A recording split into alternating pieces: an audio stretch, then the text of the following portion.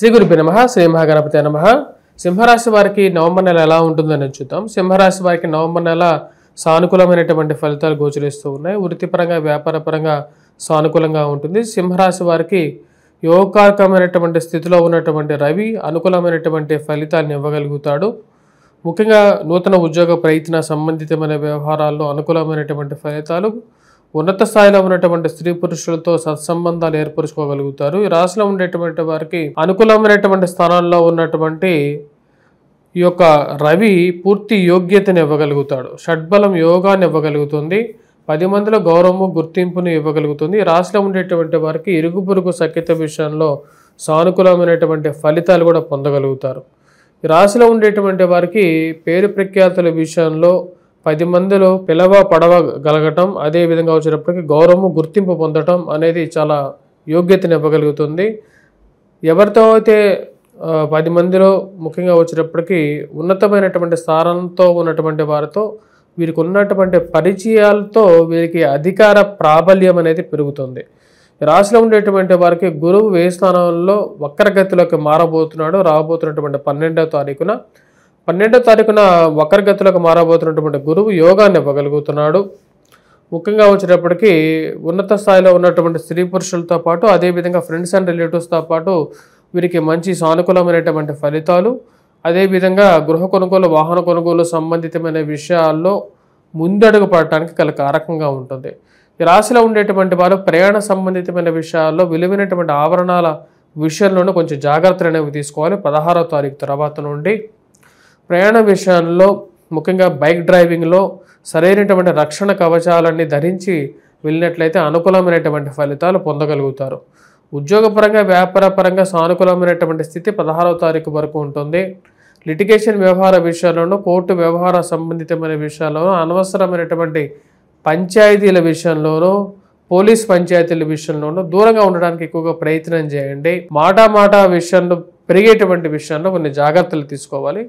కాకపోతే ఈ నెల ఈ రాశిలో ఉండేటువంటి వారికి అనుకూలంగానే ఉంటుంది. ఎందుకంటే డిసెంబర్ 6వ తారీఖున గురువు ఎప్పుడైతే నవంబర్ 12వ తారీఖున గురువు వక్రగతిలోకి మారి డిసెంబర్ 6వ తారీఖున గురువు యథాస్థానానికి రాబోతున్నాడు. అంటే మిథునంలోకి రాబోతున్నాడు.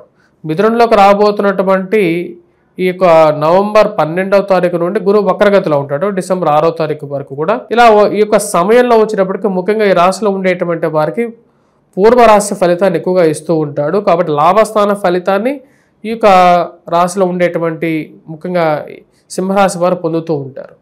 లాభస్థాన ఫలితంలో వచ్చినప్పటికీ వ్యాపార లాభం ఉంటుంది. అదేవిధంగా స్నేహితుల వల్ల లాభం పొందడం, ధన సంబంధితమైన లాభాన్ని పొందడం, ఇన్వెస్ట్మెంట్ చేసినటువంటి డబ్బులు, పూర్వం కొన్నటువంటి డబ్బులు, ల్యాండ్లో ఇన్వెస్ట్ చేసినటువంటి డబ్బులు కానీ పూర్వం అవన్నీ బాగా పెరిగాయని చెప్పి తెలుసుకొని కొంచెం ఆనందపడటానికి కూడా గల కారకంగా ఉంటుంది. రాశిలో ఉండేటువంటి వారికి ధనస్థానంలో ఉన్నటువంటి శుక్రుడు యోగాన్ని ఇవ్వగలుగుతున్నాడు. 16వ తారీఖున తృతీయంలోకి మారినప్పుడు కూడా జీవితాన్ని పురోభివృద్ధి దశలోకి తీసుకువెళ్ళి జీవితాన్ని ముందుకు తీసుకెళ్ళగలుగుతున్నాడు.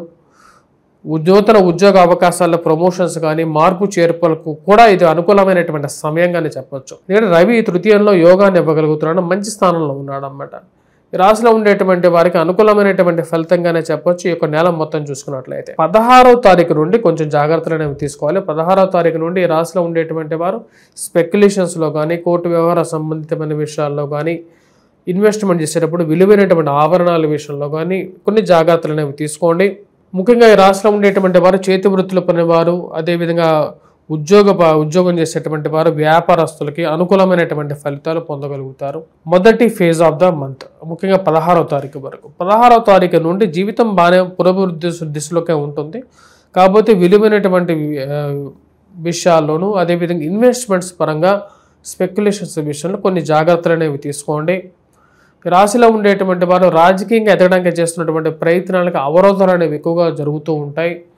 పేరు ఉంటుంది కానీ రావలసినటువంటి రాజకీయ పదవి గురించి మీరు చేస్తున్నటువంటి ప్రయత్నాల విషయంలో ఏదో అవరోధాలు కలుగుతున్నట్లుగాను, సరిగా పోవట్లేదు అన్నట్లుగా విధంగాను, మీరు అనుకున్నటువంటి విషయం కరెక్ట్గా వెళ్ళట్లేదు అనేటువంటి ఏదో ఒక మీమాంస అనేది కలుగుతూ ఉంటుంది. వైవాహిక జీవితంలో జాగ్రత్తలు అనేవి తీసుకోవాలి. ఈ రాశిలో ఉండేటువంటి వారికి ఉద్యోగపరంగా స్ట్రెస్ అనేది కొంచెం ఎక్కువగా ఉంటుంది. ఆ విషయాన్ని గమనించండి. సప్తమంలో సంచారం చేస్తున్నటువంటి శని ఈ రాశిలో ఉండేటువంటి వారికి సప్తమల సంచారం చేస్తున్నటువంటి రాహు అంత అనుకూలమైనటువంటి స్థితిలో లేడు. అష్టమల శని సంచారం జరుగుతున్నది. దీని యొక్క ప్రభావం ఫైనాన్షియల్ ఇన్పుట్స్లోనూ ఉంటుంది. అదేవిధంగా ఇరుగు పొరుగు సఖ్యత విషయంలో మంచి చేసినటువంటి వారి దగ్గర నుంచి మంచి ఎక్స్పెక్ట్ చేస్తూ ఉంటారు మీరు జనరల్గా. కానీ మంచి చేసినటువంటి వారి దగ్గర నుంచి మంచి రాకపోగా చెడు కూడా వచ్చేటువంటి వ్యవహారాలు కొన్ని జరగటం, నిజంగా అసలు జీవితాన్ని ఎటువైపు తీసి ఎటువైపు వెళ్తున్నాయి, సమాజం ఎటువైపు వెళ్తుందా అనేటువంటి ఒక ఆలోచన కలుగుతూ ఉంటుంది. వివాహ పునర్వివాహ ప్రయత్న సంబంధితమైనటువంటి విషయాలు కూడా ఈ రాశిలో ఉండేటువంటి మొదలు పెట్టడానికి సరైనటువంటి సమయంగానే చెప్పొచ్చు. గురువు సానుకూలమైనటువంటి స్థితులకు ప్రయాణం మొదలుపెట్టేశాడు. వక్రగతిలోకి మొదలు పెట్టబోతున్నాడు 12వ తారీఖు నుండి.